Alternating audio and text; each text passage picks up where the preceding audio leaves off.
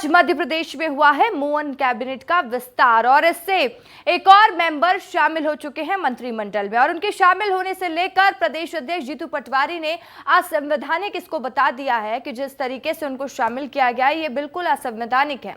क्यों असंवैधानिक बताया है, देख लीजिए इस खास रिपोर्ट में, क्योंकि मध्य प्रदेश की राजनीति अब गर्म हो चुकी है। मध्य प्रदेश में डॉक्टर मोहन कैबिनेट का विस्तार हुआ। मोहन सरकार में अब एक और नए सदस्य की एंट्री हो गई है। सोमवार को कांग्रेस से बीजेपी में शामिल हुए विजयपुर विधायक रामनिवास रावत ने मंत्री पद की शपथ ली। शपथ समारोह में एक किस्सा भी हो गया। उन्होंने सुबह करीब 9:03 पर बतौर राज्य मंत्री शपथ ले ली।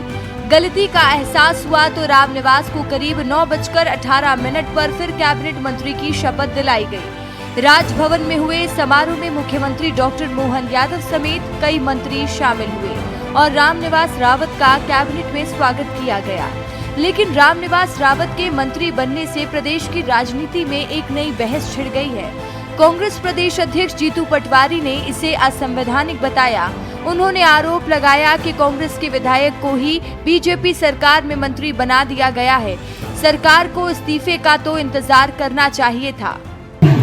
भारतीय जनता पार्टी ने आज जो कांग्रेस के विधायक को मंत्री बनाया, जिसका हमने विधानसभा में डिस्क्वालिफिकेशन का ऑलरेडी अपील की हुई थी, हमारे नेता प्रतिपक्ष ने की हुई थी, उसी विधायक को न डिस्क्वालीफाई किया फिर भी मंत्री बना दिया। मतलब लोकतंत्र को बार बार धक्का दिखाना, उसका बलात्कार करना, उसके साथ अन्याय करना भारतीय जनता पार्टी की नीति बन गई। जीतू पटवारी के इस आरोप पर बीजेपी ने भी अपनी प्रतिक्रियाएं दी। बीजेपी ने कहा कि पार्टी अपनी विचारधारा से चलती है। पार्टी का मानना है कि वरिष्ठ नेताओं को उनके अनुभव के हिसाब से सम्मान देना चाहिए।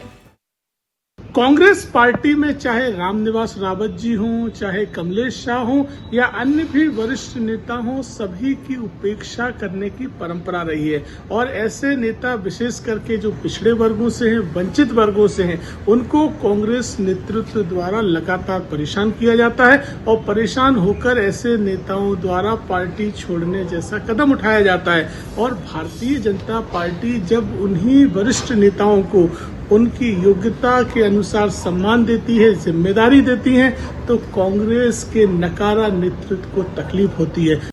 बहरहाल प्रदेश की राजनीति का रुख चाहे जिस तरह हो, लेकिन मुख्य बात तो ये है कि 68 दिन पहले हाथ का साथ छोड़कर बीजेपी का दामन थाम लिया था, वो अब प्रदेश सरकार में राज्य मंत्री का दर्जा पा चुके हैं। ब्यूरो रिपोर्ट, विस्तार न्यूज।